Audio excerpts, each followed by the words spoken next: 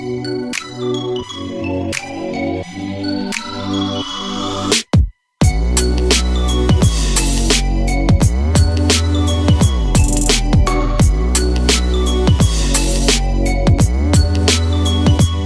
black butterfly spreading my wings.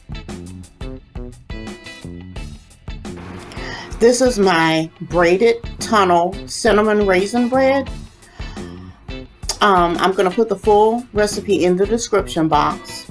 However, I have doubled this recipe because I'm making a loaf for my mom as well as making a loaf for myself.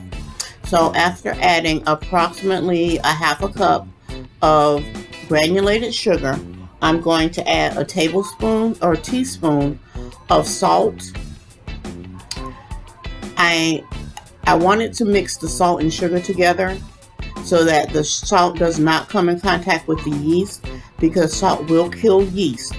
So after adding the salt, I'm going to put the flour on top and then the yeast on top of that. Because I'm using instant yeast, it doesn't have to be activated with the warm water or warm milk. If you're using active dry yeast, you will want to follow the recipe for activating your yeast to make sure that it's alive.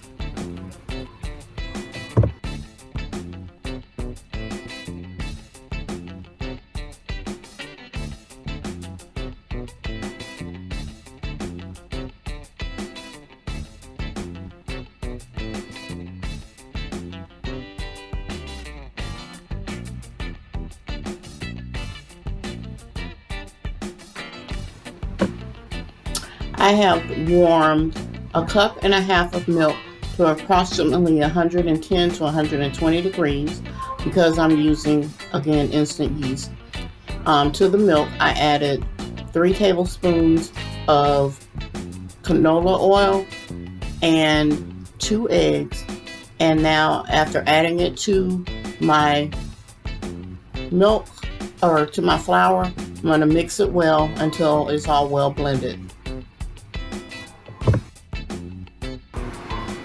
I'm now adding raisins to my dough, and the amount of raisins is your preference. Me and my mom both like lots of raisins, so I don't even measure. I just pour until I'm happy. Now, I've always been told that cooking is an art while baking is science. Unfortunately, baking bread is not an exact science. Anything can alter your bread dough, from the weather and humidity to the age of your yeast to the age of your eggs. With bread dough, you kind of have to just keep adding flour until you get the dough to the consistency that it needs to be, which it needs to pull away from the side and bottom of the bowl. And there's no way to know that by measuring. You just have to look at it and see where you are and touch the dough. To me, someone who uses a bread machine to make a bread dough is cheating, because you can't know what that dough is going to be like without touching it and looking at it. So I'm just going to keep adding flour a little at a time until the consistency of the dough is to my liking, and that's that it begins to pull away from the sides of the bowl into a ball on the bread hook and pull away from the bottom of the bowl. I always thought I was cheating. It was also cheating using a bread hook until I got arthritis in my hands. And it's just impossible for me to knead dough as much as it needs to be kneaded to get the right consistency. But you can't know if your dough is right without touching it.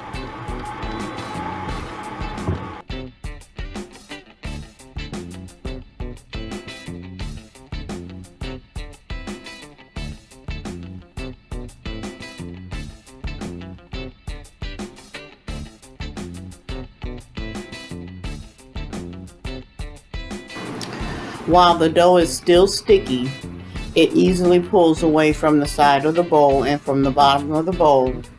So I'm happy with my dough. So I'm gonna add some oil to the dough and to the pan or a bowl, and then I'm gonna cover it with a tea towel for about an hour until it rises to about double in size.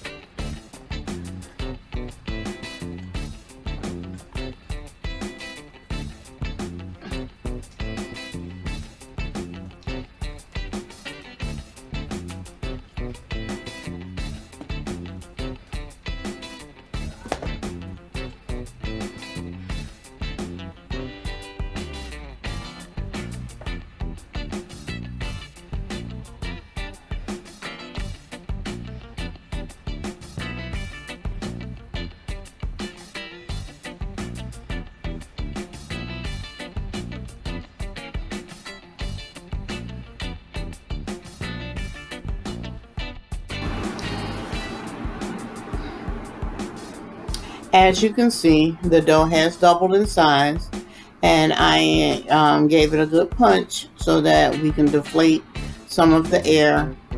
And as you can also see, I floured my surface so that I can do a quick knead of the dough before rolling it out.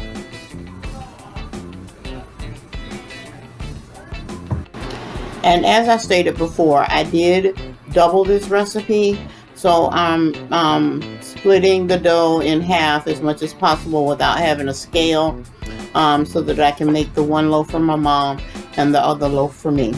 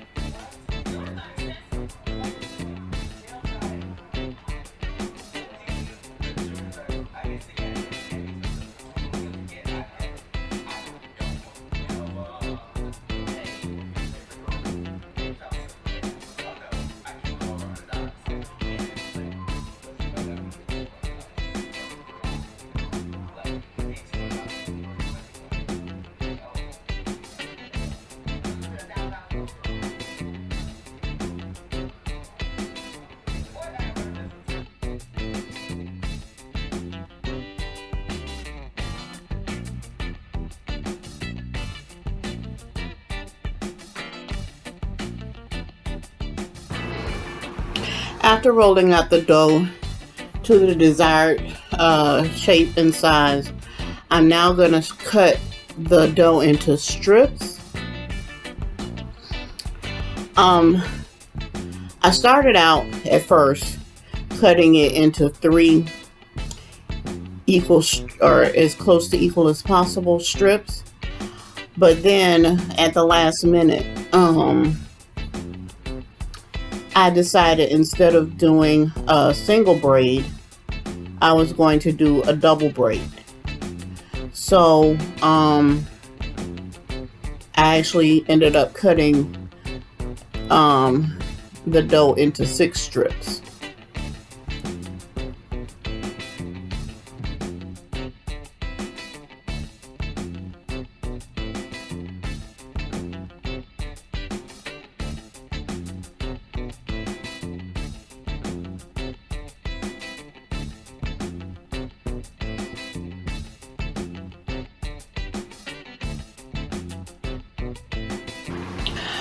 I'm now brushing the strips with softened butter so that I can begin to fill it with the brown sugar and cinnamon that is going to make those delicious ooey gooey tunnels of brown sugar and cinnamon.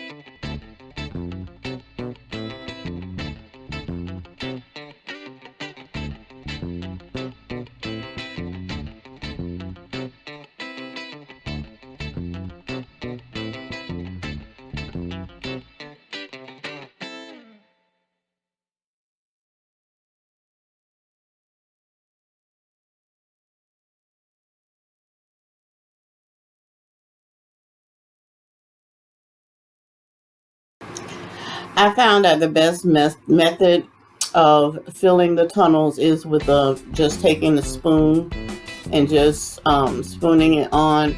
And here is where I made that last minute decision to do a double braid instead of just the one braid of dough.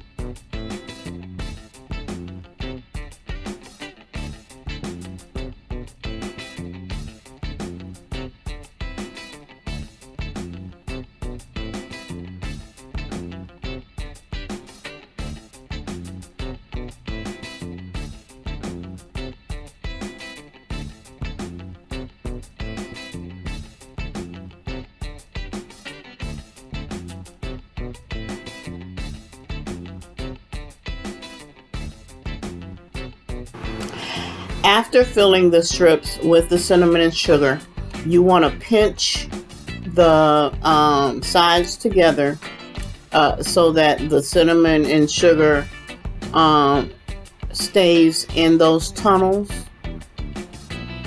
Now you can also wet your fingers while pinching the dough closed so that it doesn't have a seam. I don't really care about the seam, and I really don't care about the tunnels coming open when they start baking. I actually think it gives the braid more color.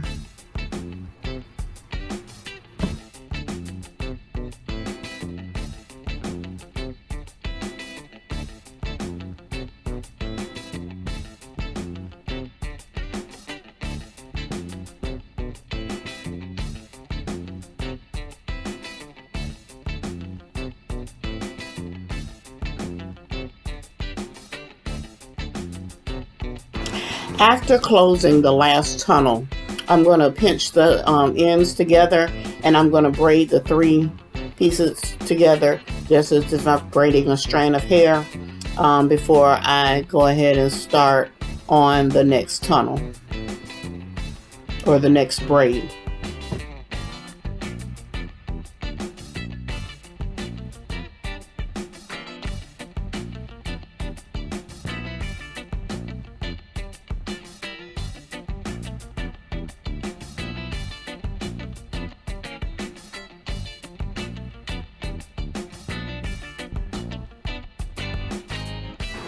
Continuing the process with the next braid, and braiding the 3 strands together, I'm then going to sit one braid on top of the other. That's going to give the dough a lot of character. Then I'm going to grease a loaf pan with cake glue and then place a piece of parchment paper inside the loaf pan. That not only helps the bread from sticking to the pan, it also gives you a leverage to lift the bread out of the pan once it's cooked. Then I'm going to cover it with a tea towel again and let it have a second rise. Once it's had its second rise, I'm going to go ahead and brush the dough with an egg wash. That gives the dough a nice sheen before placing it in a 375 degree oven. Now, because I'm using a glass baking dish instead of a metal, I'm going to drop that temperature from 375 to 350.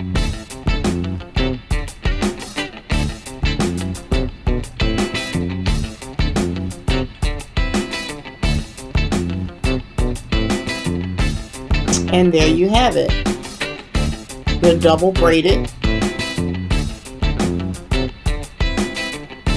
cinnamon